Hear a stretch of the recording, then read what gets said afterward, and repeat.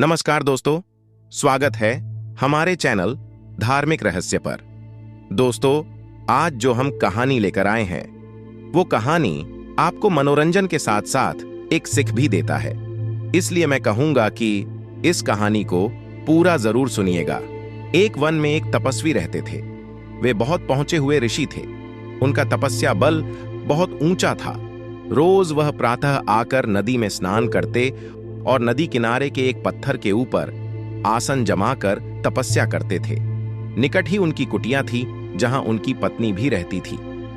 एक दिन एक विचित्र घटना घटी। अपनी तपस्या समाप्त करने के बाद ईश्वर को प्रणाम करके उन्होंने अपने हाथ खोले ही थे कि उनके हाथों में एक नन्ही सी चूहिया आ गिरी। वास्तव में आकाश में एक चील पंजों में उस चूहिया को दबाए उड़ी जा रही थी और संयोगवश चूहिया पंजों से छुटकर गिर पड़ी थी। ऋषि ने मौत के भय से थर थर कांपती चूहिया को देखा। ऋषि और उनकी पत्नी के कोई संतान नहीं थी। कई बार पत्नी संतान की इच्छा व्यक्त कर चुकी थी। ऋषि दिलासा देते रहते थे। ऋषि को पता था कि उनकी पत्नी के भाग्य में अपनी कोख से संतान को जन्म देकर मां बनने का सुख नहीं लिखा है। किस्मत का लिखा तो बदला नहीं जा सकता, परंतु अपने मुंह से यह सच्चाई बताकर वे पत्नी का दिल नहीं दुखाना चाहते थे। ये भी सोचते रहते कि किस उपाय से पत्नी के जीवन का यह अभाव दूर किया जाए। ऋषि को नन्ही चूहिया पर दया आ गई। उन्होंने अपनी आंखें बंद कर एक मंत्र पढ़ा और अपनी तपस्या की शक्ति से चूहिया को मानव बच्ची बना दिया। वह उस बच्ची को हाथों में उठाए घर पहुंचे और अपनी पत्नी से बोले, सौभाग्यमान, तुम सदा संतान की कामना किया करती थी। समझ लो कि ईश्वर ने तुम्हारी प्रार्थना सुन ली और यह बच्ची भेज दी। इसे अपनी पुत्री समझकर इसका लालन पालन करो। ऋषि पत्नी बच्ची को देखकर बहुत प्रसन्न हुई। बच्ची को अपने हाथों में लेकर चूमने लगी। कितनी प्यारी बच्ची है, मेरी बच्ची ही तो है यह। इसे मैं पुत्री की तरह ही पालूंगी। इस प्रकार वह चूहिया मानव बच्ची बनकर ऋषि के परिवार में पलने लगी। ऋषि पत्नी सच्ची मां की भांति ही उसकी देखभाल करने लगी। उसने बच्ची का नाम कांता रखा। ऋषि भी कांता से पितावत स्नेह करने लगे। धीरे धीरे वे यह भूल गए कि उनकी पुत्री कभी चूहिया थी।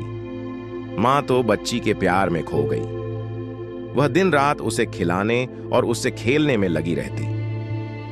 ऋषि अपनी पत्नी को ममता लुटाते देख प्रसन्न होते कि आखिर संतान न होने का उसे दुख नहीं रहा। ऋषि ने स्वयं भी उचित समय आने पर कांता को शिक्षा दी और सारी ज्ञान विज्ञान की बातें सिखाई। समय पंख लगाकर उड़ने लगा। देखते ही देखते मां का प्रेम तथा ऋषि का स्नेह व शिक्षा प्राप्त करती कांता बढ़ते बढ़ते 16 वर्ष की सुंदर, सुशील व योग्य युवती बन गई। माता को बेटी के विवाह की चिंता सताने लगी। एक दिन उसने ऋषि से कह डाला, सुनो, अब हमारी कांता विवाह योग्य हो गई हैं। हमें उसके हाथ पीले कर देने चाहिए। तभी कांता वहां आ पहुंची। उसने अपने केशों में फूल गूंथ रखे थे। चेहरे पर यौवन दमक रहा था।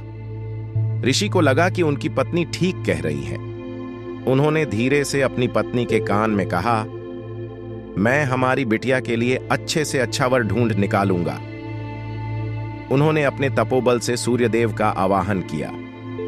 सूर्य ऋषि के सामने प्रकट हुए और बोले, प्रणाम मुनिश्री, कहिए आपने मुझे क्यों स्मरण किया, क्या आज्ञा है? ऋषि ने कांता की ओर इशारा करके कहा, यह मेरी बेटी हैं, सर्वगुण सुशील हैं। मैं चाहता हूं कि तुम इससे विवाह कर लो। तभी कांता बोली, तात, यह बहुत गर्म है।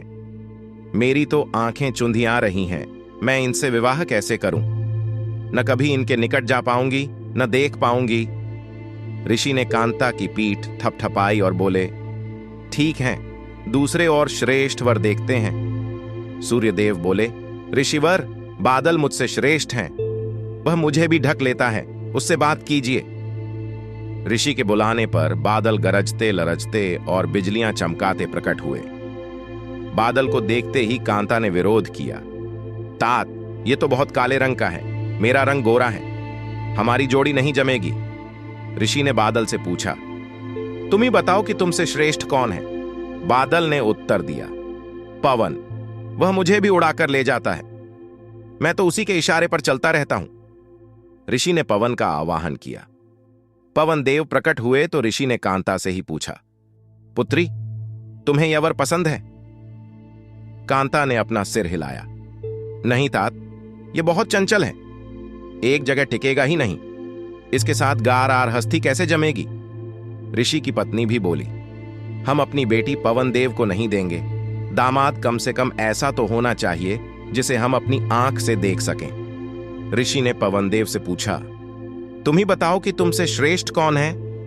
पवन देव बोले, ऋषिवर, पर्वत मुझसे भी श्रेष्ठ हैं, वह मेरा रास्ता रोक लेता है। ऋषि के बुलावे पर पर्वतराज प्रकट हुए और बोले, ऋषिवर, आपने मुझे क्यों याद किया? ऋषि ने सारी बात बताई। पर्वतराज ने कहा, पूछ लीजिए कि आपकी कन्या को मैं पसंद हूं क्या? कांता बोली, ओह, ये तो पत्थर ही पत्थर हैं, इसका दिल भी पत्थर का होगा। ऋषि ने पर्वतराज से उससे भी श्रेष्ठ वर बताने को कहा तो पर्वतराज बोले, चूहा मुझसे भी श्रेष्ठ है, वह मुझे भी छेद कर बिल बनाकर उसमें रहता है। पर्वतराज के ऐसा कहते ही एक चूहा उनके कानों से निकलकर सामने आ कूदा। चूहे को देखते ही कांता खुशी से उछल पड़ी, तात तेरी, मुझे यह चूहा बहुत पसंद है, मेरा विवाह इसी से कर दीजिए, मुझे इसके कान और पूंछ बहुत प्यारे लग रहे हैं, मुझे यही वर चाहिए। ऋषि मन में सोचने लगे कि मैंने तो मंत्र बल से एक चूहिया को तो मानवी बना दिया, पर उसका दिल तो चूहिया का ही रहा। ऋषि ने कांता को फिर चूहिया बनाकर उसका विवाह चूहे से कर दिया और दोनों को विदा किया। तो दोस्तों, इस कहानी से आप लोगों को क्या सीख मिलता है, कमेंट में जरूर लिखिए। इस कहानी से हमें यही सीख मिलता है कि जीव जिस योनि में जन्म लेता है उसी के संस्कार बने रहते हैं, स्वभाव नकली उपायों से नहीं बदले जा सकते। तो चलते चलते आपको याद दिला दे कि कृपया इस वीडियो को लाइक करें और चैनल को सब्सक्राइब करें। धन्यवाद। जय श्री राम।